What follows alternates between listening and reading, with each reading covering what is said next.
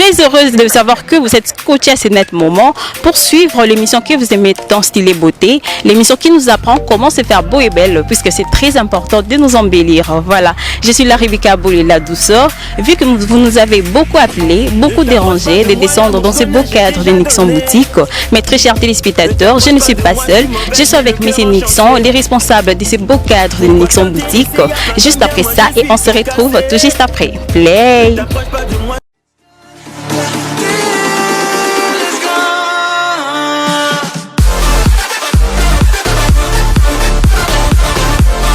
Comme je vous l'ai annoncé au début que je ne suis pas seule, je suis avec M. Nixon, les responsables de ces beaux cadres de Nixon Boutique, à qui je dis bonjour. Oui, bonjour, bonjour Tantine, la douceur. Bonjour à tous les spectateurs qui nous suivent maintenant. Bonsoir et bonjour. Ça dépend du temps qui nous suit. Bonjour, ça va. Mais bon, très chers téléspectateurs, M. Nixon, Aza habilleur, Ala Tsaraba musicien, Ala Tsaraba journaliste, Ala Tsaraba député. Yaza wana babi, la classe c'est pour les hommes, hein. Les sexes c'est pour les garçons. Yaza wana pour nous la Tsabiso, ah oui. Mais réellement, Tonito Yeba, qui est vraiment M. Nixon? Ouais, Nixon Boutique, Charge Mboka. Nicolas Nixon Boutique, la grande moisson comme compagnie. Et puis Charge Mboka parce que j'étais le coup. Dans la charge, il y a Bima Nyoso. Dans la charge, il y a basket Nyoso, ils ont passé la Congo. C'est pour cela qu'on m'a surnommé Nixon Boutique, la grande moisson comme compagnie. C'est aussi Charge Mboka. Voilà. Voilà, beaucoup de charge en boca. Il y a donc à la basket à combo, il y a griffe. Tonto yeba, mais c'est Nixon. Carrière na depuis quand au banda bakolat sabat. Donc on est musicien et puis député puis les journalistes pour ce que on est à domaine na yo, qu'on se les dise. Oui, et ça fait le lot 20 ans. Tu bani maramboyo, basang na biso ba mille la bazali balanda biso. Barriette Kachinga à l'époque. Les bélés, leur attendance, les journalistes bélés, tous les cas de Macambona. Et puis je suis l'enfant comme tout autre enfant. Avant de commencer le métier, tu bandano n'a pas de l'école. Tout le temps avec classe kubana nyoso babandaka para nyoso. Alinga moi na surtout na Congo. Avant ça là qu'est-ce que ce soit, il faut bandana nos classes. Tout côté classe et puis on a fait dans une diplôme sur maths physique, la seule maths physique dans une diplôme. Je n'ai pas continué.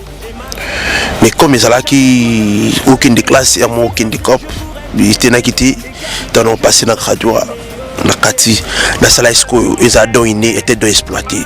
Là, c'est l'ancienne affaire. Jusqu'à présent, plus de 20 ans, je suis mécène, je suis habilleur du scène. Non, bébé, les voilà.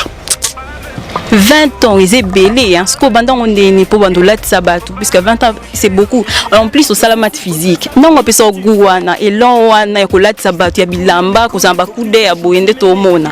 Et là on est allé sur tout ça, on va produire il y a Wingi tout là-bas, parce que Wingi, on va produire avec beaucoup. Bah surtout là, bah tout à Wingi, bah leader à Wingi, bah on va avec beaucoup. Mais à l'époque c'était le Wingi. Donc bah bandi pina ko ça la séparation. La BCBG et maison mère. Tabama ça va kepoto. Parce qu'on a génération d'abissou. Maman ça va kepoto ba yé donc blague ti. À l'époque ba l'bissou on qui doit 6 mois ba yé dans ba kepoto ba yé donc blague ti torture ya blague ti. Tu maman ça me soutient en classe ba tiki ba ko ba nduliste. Ah, lo ba ko ba nduliste donc biso ndi to za boye chiki to kende mais aussi fierté. Yobi que parents autant à classe ou qui ne sont bilamba ba 203 c'est banda ko le kasouté nga fura banda otika na otika bilamba et côté bilamba l'époque on est aki mystique to banda on a ballon vrai habilleur autant na ballon t'as dit on a muka tongo on a la chemise mon ba o tali chemise eza Versace au longo le que au greffe à Versace chemise eza Jean-Paul Gaultier. T'as les beauté, mais c'est mon attaque, Jean-Paul Gaultier, yépé, ça va. Et à l'itch combien?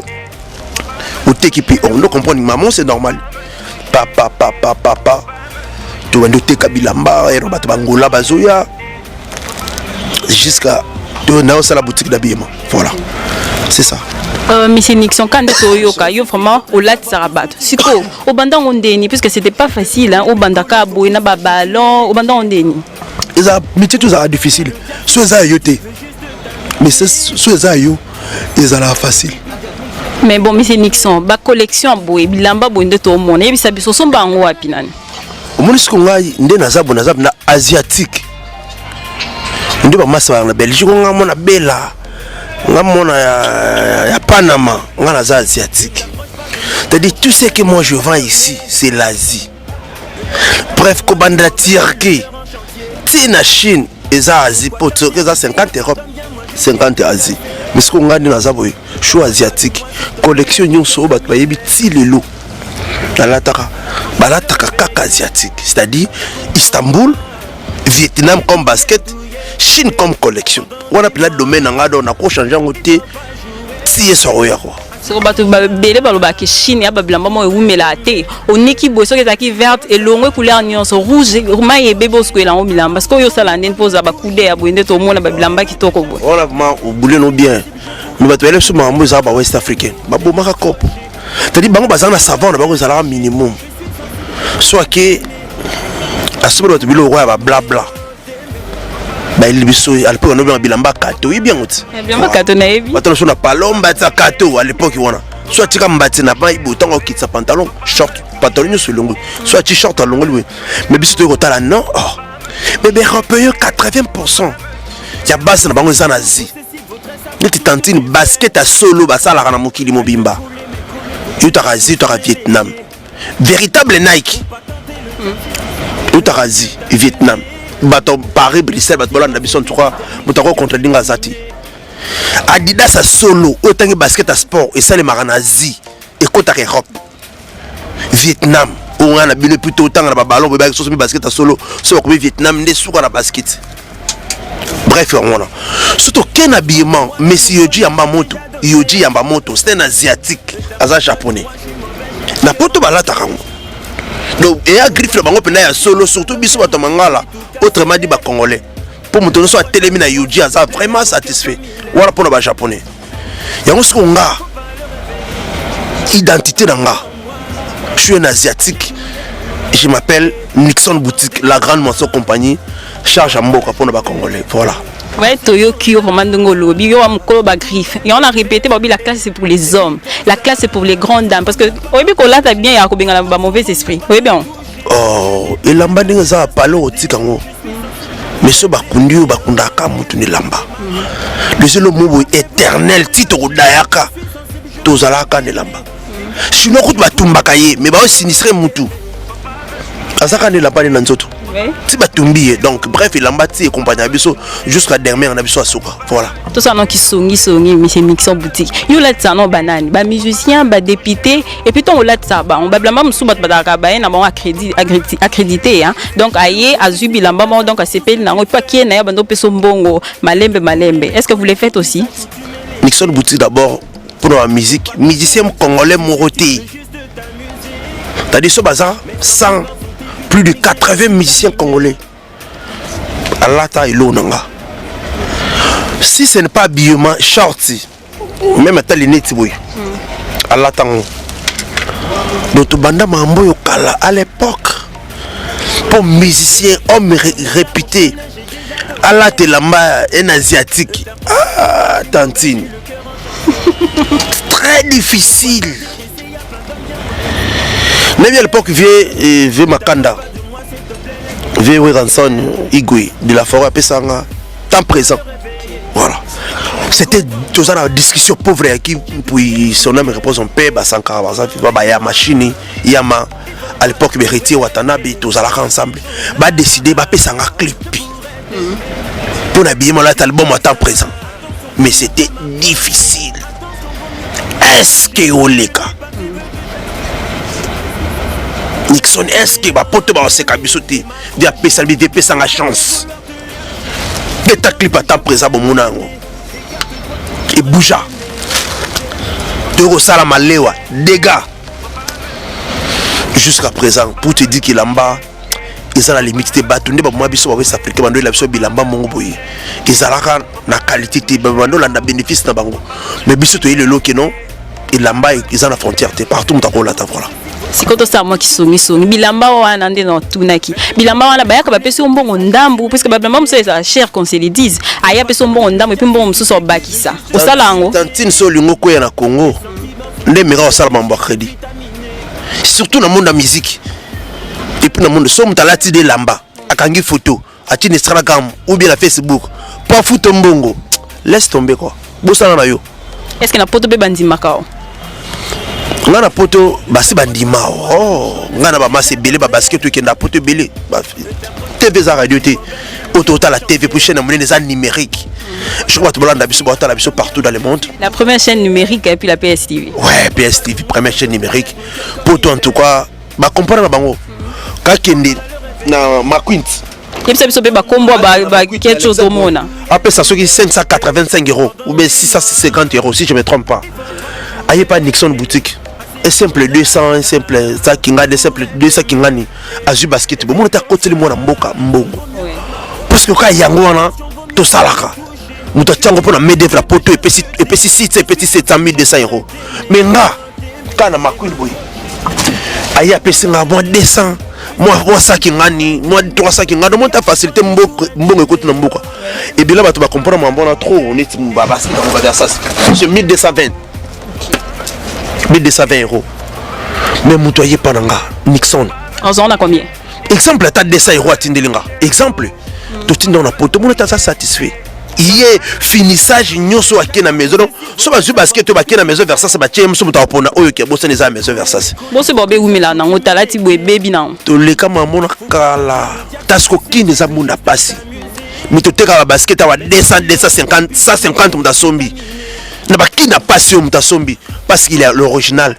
Tant que l'original existe, copie toki misango. Mais par rapport à la jeune nyoso ya kini, à comment tenter, mais voilà ta pantalon à 10 $. Mais basket 200 et pas Nixon boutique. On a nyoso, to lo ba 80% la jeune voilà on a parlé les loyo. Soit na basket à Nixon boutique té, c'est la soirée té c'est la télémité voilà. Siko sala ndeni posa la page ya bilamba genre nde autour baba basketball au universal siko ndeni oyeba ke bilambo eza vraiment mode na na osala na mutuku na tindela ko soit yo mo kenda voilà né na sabo c'est la grande moisson ça ils accompagné partout na tinda batu na Turquie na délégué za kuna afuta rapalin na Chine ma petite sœur Babine je te salue azakuna yepe naza surtout na Vietnam batu bazakuna na cousin na moi azakuna na implanta batu partout t'as dit ceux qui et puis naza abonné na abonné na Louis Vuitton na abonné na Gucci na abonné na McQueen na abonné na Mackenzie na donc collection tout ce mita mbala moko na email nanga tantan batindelinga ah oui na oh Albin est-ce que zo mon le côté dans la collection mbala moko baki une semaine donc na travail par seconde par l'air Congo est bien voilà. C'est comme un musicien basala ndeni to ba moni on Instagram no ba benga kayo sala ba livraison à domicile ou soit ka bayaka na magasin na yo. Oui 80% bayaka mais ba grand mususu basala Nixon otinda mutu mais 80% bayebi ke Nixon boutique bazali mais on a presque tous les musiciens na Congo. Et puis ba mususu noko mo mezate to sel par photo na yebi ke X alata 42 X alata 43 aye na tinda ke na ndako 5 basket boy collection otinda le mbongo nambe mona mai si msu 1500 na 1200 yo ebika ndeko to sala tango bimisa disque solo lipe ndinga zala kaka pola pour contre musique za ganya okoli soko exige mbongo epesa mabe o comprendre que mona mai so pa lati basket boy epesa batu bala na mona mai lata na nambo ngana bénéficier ndambo peut bénéficier tout ça ba tout ça na bango donc c'est ça quoi.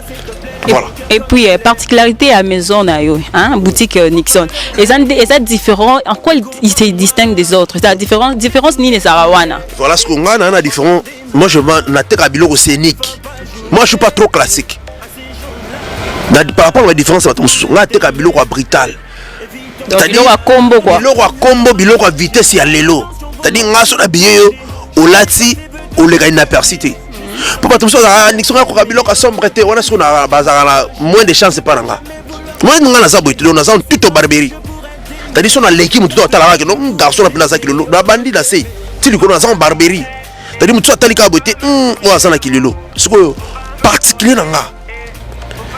na Congo mobimba mutu aleki na babasi na mama bakolo azati autant une basket, autant une occasion, autant une collection, mutaleki ngati.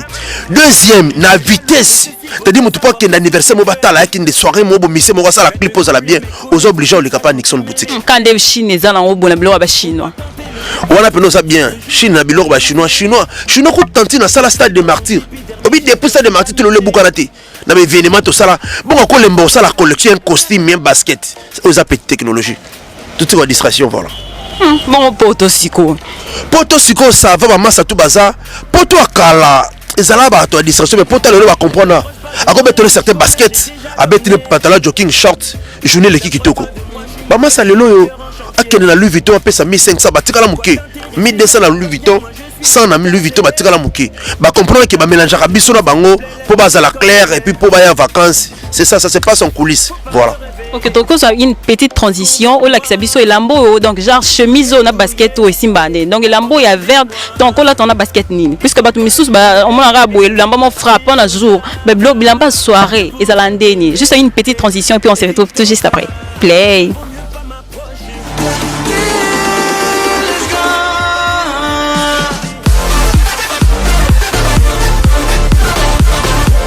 Voilà, des retours dans ce beau cadre de Nixon Boutique. Même si Nixon Boutique a eu totalement polémique, l'équipe a bien nios. Et bon, Ben Ngombo, Guy Bokopolo, au Téban Wapi. Oui, non, ça allait bon, frère dans l'agneau sur. Non, ça allait bon, frère dans l'agneau sur côté bazar. Frère dans l'agneau, mais ce sont de mes frères, bazar frère dans l'agneau sur. Mais m'en ça tant. Apparemment, le bon a malembe, au pèse bon, son beau poigne. Mais. Tout ça bandeko mais attends ils attendent nous avons ça on attend na bango nous avons utilisé moto na mission quelconque na ça moyo oyo mais côté bazana salé bango bandeko nanga mais attends ça c'est la grande moisson et puis Nixon boutique charge à Congo côté bango tout bazaba bandeko na bebiki donc oya zoloba guerrier ya mboka number 1 mutakumba équipe pour le moment na Congo na plus de 5 ans na kumba équipe mutakakola pété mutaboyate. Plus de 5 entreprises ils ont fonctionné même à Congo. J'ai plus ou moins 5 shops de basket où ils ont la basket collection. Donc ce sont charges, charge en boka. Ce sont mes frères. Équipe basi batoyeta ba 5 bazalaka, ba 4 bazalaka, ba 6 bazalaka. Donc bon ba yebi, voilà. Il y a encore 3 babières on dit mara vraiment tant à là ça on dit mi pe place aux ailes. Ba 3 bières sur la tangi, ba tumsu ba oba fort mais ba yebanati. Nandeni. Voilà, bato muso ba ne bele bana basala musala makasi. Musala futa bango esala bango mama minene me baye bana te. Mais yo yebani ton place na so kene so bika Nixon boutique nyo so yebi. Voilà, il y a son habité pour nga na conception nga. So mina tanga tolo na tanga bato baye bana te baza fort ya blague te. On nga le bango baza fort. Oko tanga biso. Ouais. Tanga. Liboso na tanga Dumber Mobutu masanga ala nga na parler fort. Aboye biété. Na tonga ba 5 niveau makama bilamba. Tu vois, au second temps, ba grand oba, ba no ba veka ba sala makambo na munda bilanga, na munda bilamba. Ba on nga ba c'est 17 bola. On dit mais c'est anga pe na pese mbote wana na wileri hein, c'est 17 bola. Mbote pas sozali. Ouais. Ba masala nga ba sai belé ba sala boulot ba sali. Tu zo tangi to na masa mobo a Mohamed, a Westaf. Grand boulot à Bung donc. Tu vas belé. Comment on est nani? Comment est Mohamed? Mohamed. Ah ok. Et puis ça biso c'est comme musicien nini au lati ça. Comment est Mohamed Bouba so na nga Bouba koto za na muklinyo so na nga mutnayo. Mais ce qu'on a bato boyi bangote. Mais na monde na Congo baza très puissant. Il y a blague té so ba décanter même sous 50 000 comme ça on a minute. On entend ba grand en grande quantité. Grand chiffre, grand quantité, grand en fournissement, grand membre belé. Voilà, c'est bon. Parce que les musiciens ni au lati déjà au lati bon andimi vraiment on a Nixon boutique dans lati Singapour mutu mususu à lati bon ndimi tant on les ko bien mutu à lati bien neti nani au lati vraiment ndima vraiment tant à lati bien au Nixon boutique bah ça c'est belé tout ça va clip pas désolé tout ça va mami maman et le gars il a TV on a clip té suka Nixon boutique voilà mais c'est belé donc monsieur nyo so ba ko zala ba vewera tout le Congo va dire que oui, Nixon boutique. Bato va héritier Nixon boutique. Bato va dire qu'il y a Nixon boutique. Bato va dire fabricant Nixon boutique. babise otutu baza baba leki nanga baba collègue nanga baba massa nanga donc nga naza bière na bango puis la population congolaise c'est ça. Mais Nixon boutique to e biopé na maison ça la maison à Kenkae kenda pour depuis on a peut-être quand on sous de kenda. Voilà. Moi j'étais électroménagère na sala na zo kumoko boy j'ai beaucoup perdu l'argent mais inchallah le roi suki zalaka le roi mbongo zalaka suki et botalango le Nixon boutique mon bébé voilà mokili don so tondo le ba TV za radio te mokili ba bi place nini ngonge beti quoi ba bien donc exact et ça mais c'est jusqu'à ce que tu as le confinement et la qui break muké na qui kuna qui break muké tant ba kangi Chine n'entend na relancer et puis si contre temps n'entend pas fongola mais si tu élargis mon bébé dans tant on bête ba comprendre où est TV et tu peux ça quelques mois, quelques trimestres, bah comprendre mais ce que Nixon boutique n'est tout sur la boy. Tous en a 6 adresses dans Congo. Parce que la ville à Kinshasa c'est 5 adresses, donc on est 6 ici dans Congo donc la grande moisson et ça tout est élargissement Mboka, c'est ça. Na Congo ils ont bien bakomi nini ezape wapi. Ah tout ça la 24 face à Galaxy. Ce que na Galaxy face au côté Nixon boutique dans la Louvois. OK. 50D, ce côté la Louvois 50D. Nixon boutique à Zawana au côté de la numéro 49. Sur côté de la numéro 49, Nixon boutique à Zawana, place vraiment Moyindaka, Louvois 69. Kuna okuta collection nyoso bandati les lots aux alentours en gros en détail. Tout j'appelle na Nixon boutique na Itaga. Sur bimeka la Prince Kasabou, Nixon boutique à Zawana donc tous en a 6 entrées fonctionnent à chaque jour. C'est pour cela la grande moisson comme entreprise, Nixon boutique personne physique, moral et puis la grande moisson comme entreprise charge en beaucoup identité voilà. Donc tu es after donc biso peut toquer na colline biso oui pour on est en ça dans la tabat. Mais c'est Nixon boutique to qui malem. Ba Francis ba makambo ba Francis ba yebi. Francis bise ndoyo ka. C'est yebi makambo yo donc yé ayebi makambo ki a solo na oza grosse affaire o mamba o mekati. Ba bisenga ba banda no ba internet na makambo ba souffre na makambo puis ba yesu na numérique. En tout cas chaîne épée sa chance il y a peut s'emballer pour avoir la savoir et belé garçon. On a plein de savoir bo peut ça à exprimer. Oh nyoso za nango ezala bonne déjà place au landanga bo fongole ma programme ezala mieux quoi parce que ça soda voilà. Ouais déjà na biso monsieur Patrick Chioyo hein l'homme est contestable et puis incontournable mais monsieur Nixon boutique il y a 20 ans ana ba difficulté ni au quotidien puisque c'est pas facile hein. Voilà et frère c'est dans la hosté les difficultés au quoi l'homme super mode boba au check on a fret et salem subo 3-4 mois et comme il démodé c'est ça baléa moussa les belé oye lo musu bezalaki na sire ezalaki na moto oye na ngope boba et dendi moto sili mais au salaki dans stock musu 200 pièces et puis raté c'est ça tout vecteur n'est pas bon mais moussa la tu ezala ba avantage puis ezala na des avantages mais au so poni ngo ezala toujours c'est ça quoi voilà risque à métier ezala toujours. OK depuis 20 ans on est porté là on y a bien so vandi bobi oyo exactement pour na eloko na sala ni a porté là on a 20 ans ma solo non solo homme spirituel que physique qui s'appelle Neval Pasteur.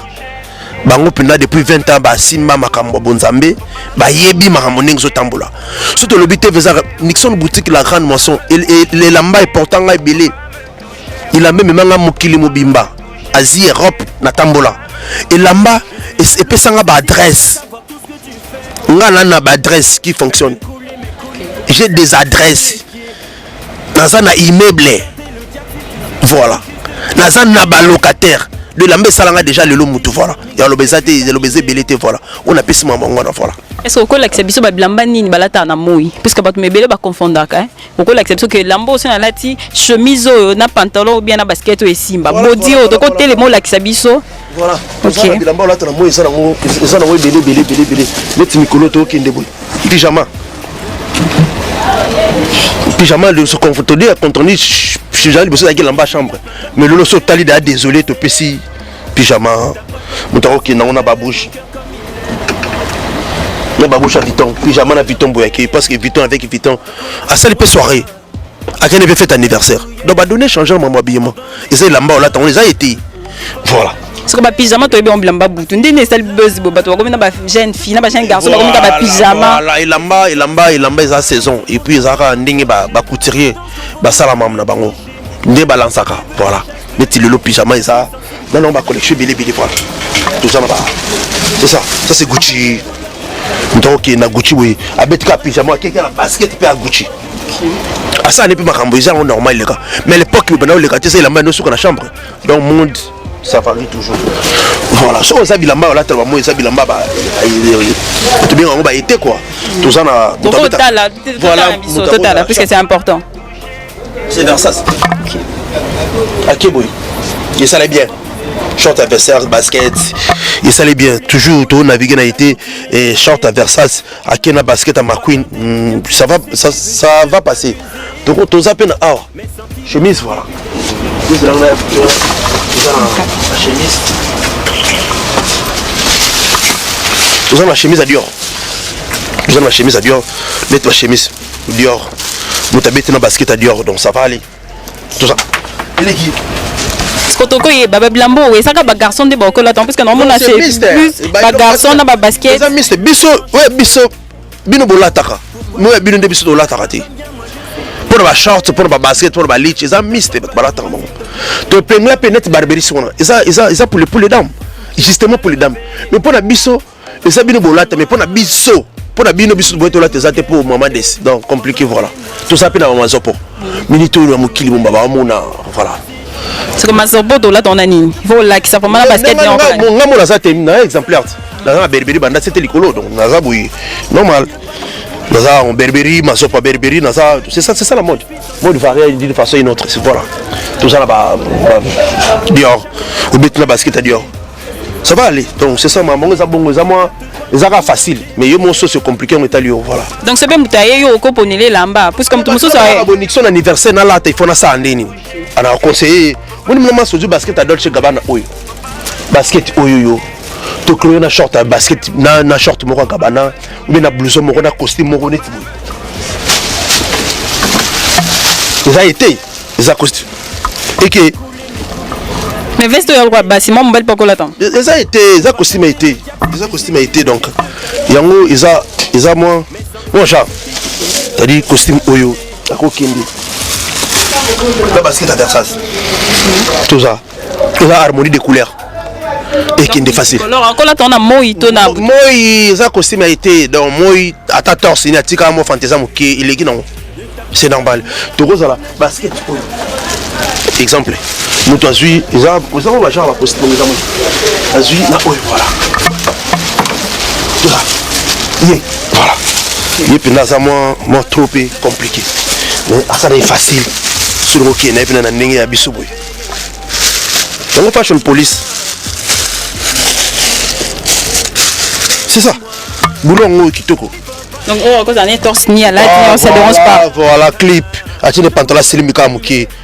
Mon ngaki. Donc ils a plus pour la musicien normal. Si bisen dans là dans té. Français ko là tant français pas ibambo. Biso de beta biloko atiki de biso ngana za biya na beta ka brital ya blague té. Tadi nga beta ka classique té. Nga té ka bilo moso bino talibo comprendre que oh no walingi. Voilà. On a spécialisé dans maman voilà. Voilà Tristan Énergie le momo na ba collection eza. Ce que na ina mo ba bilamba ba fille eza puis oh ko la ta fille ko la ta oh na oh ko kani. Net ce que fille mo ko kende ka. To za la to so no voilà. Fille ko la ta les gars. Let's maner quoi télé.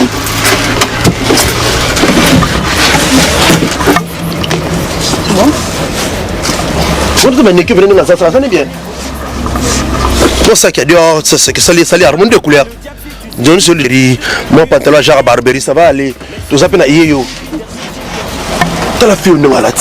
Basket à Dior, à Kenani, donc ça va quoi, ça va. Donc la main sur là, on est à côté, donc on a unique, la main unique. On a plus de, plus haut, on a expérimenté plus de 20 ans.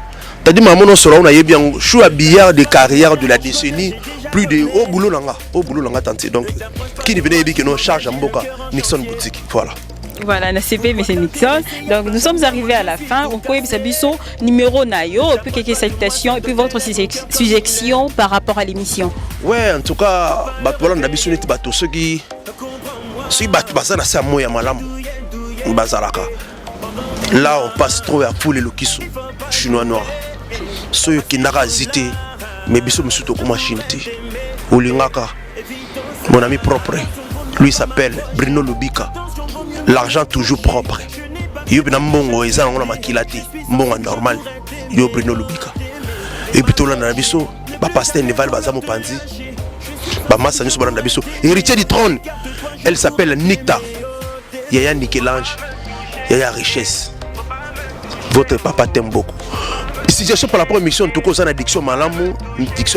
Merci beaucoup. Voilà, Francis Bissenga Bazana, Mbenzimbo Bazana, orienté comme Keba Peso Vacuum pour diction de Jéza et Longa Kitoka TV en tout cas. 2 ans plus tard, tu as un bon produit pendant encore, c'est bon. Merci beaucoup. Votre numéro de téléphone? Oui, contact, tout à fait dans mon Kilimomba 00243 081 0625 413 00243 081 0625 413, voilà. Pourquoi accepter Bambo, tu vas dédicace non, voilà, dédicace partout dans le monde. Oh, Lingala t'as bien, Massa tout besoin de palais, besoin d'anniversaire, besoin de show. N'oubliez pas de me contacter. Naga na prix. Ya wana te bolé na TVP monsieur bozana $100 bobanga Nixon, monsieur $50 c'est important pour la biso. Parce que tous on a plus de 30 travailleurs. De ce il y a $50 net long la biso chômage qui va petit moment na palente ba ko ba kuluna. Donc le cas tous bango charge yo pe meka ko la biso moi $10 ça na au moins $20. Contactez biso ka 00 243 081 0625 413. Site Nabiso Zara sur côté la page officielle Nixon boutique avec K. Au moins la collection tout autant en tout cas Pona au Sengi ceux qui plutôt yeka na 24 nous tous allons Lix on a car na palais moi mère Olia na mesa Koko Tazan de moi mbri yeka na Galaxy on fasse ka Galaxy so talika au moins Nixon boutique Zara. Venez procurer, vous serez jamais déçus, voilà. C'était un réel plaisir pour moi d'être avec vous ce soir. Je suis ravi, t'as pas l'idée, je suis ravi. Mais, chaîne Kitoko, journaliste Kitoko, c'est bien, Nzimbo Azolandanga, Bisenga, Bopé ça peut tenter un espace, Ayoka la pose en addiction. Et ça, on a cadrement Bilo Bambiaka pour qu'il Kitoko. Je suis ravi, voilà. Merci beaucoup. Comme on dit toujours, les bonnes choses ne dirent pas, les bonnes choses ne dirent jamais. Je suis la Rebecca Boulé, la douceur. Vu que nous avez beaucoup appelé, beaucoup dérangé de descendre dans ce beau cadre des Nixon Boutique, c'est pourquoi aujourd'hui j'étais là. Mais nous sommes arrivés à la fin. Si vous avez aimé, n'hésitez pas de nous contacter au numéro qui est là, affiché en bas de vos écrans. Je dis un grand merci à mon DG, Monsieur Patrick Thuyo. Comme j'ai toujours l'habitude de dire, il est l'homme incontestable et puis incontournable. Et puis à toute mon équipe technique, là je vois Tristan Énergie. Les lolom aux yeux bleus, Belanov Sabi, Randy Sekoko, Bacharge, ya Paul Bongo, Babi manager, les lobby, libéra, la bande, Poisam manager, Tarai, Timbambala, Nzuzimbala, Francis Bissenda, partenaire privé, Marc Kazadi, commandant de bord, à ma maman chérie, Aningoi, et Membala, Madame Tesso, ma grande sœur, la femme de prière, et puis Chalisunda, Tazourissel, Belanov Sabi, Kankabasele. Quant à moi, je vous retrouve très prochainement, messieurs et dames, restez en douceur chez vous. Bye bye. Je pourrais t'aimer, évitons ça. Attention, vaut mieux pas m'approcher. Attention, vaut mieux pas me toucher. Je n'ai pas tes vœux de chasteté. Je suis sensible, je pourrais t'aimer, oh, t'aimer. Faut pas me toucher, oh. Faut pas me toucher, faut pas me toucher, oh. Je suis jaloux, possessif, voudrais savoir tout ce que tu fais. Je vais te coller, mais coller, faut que tu saches où tu mets les pieds.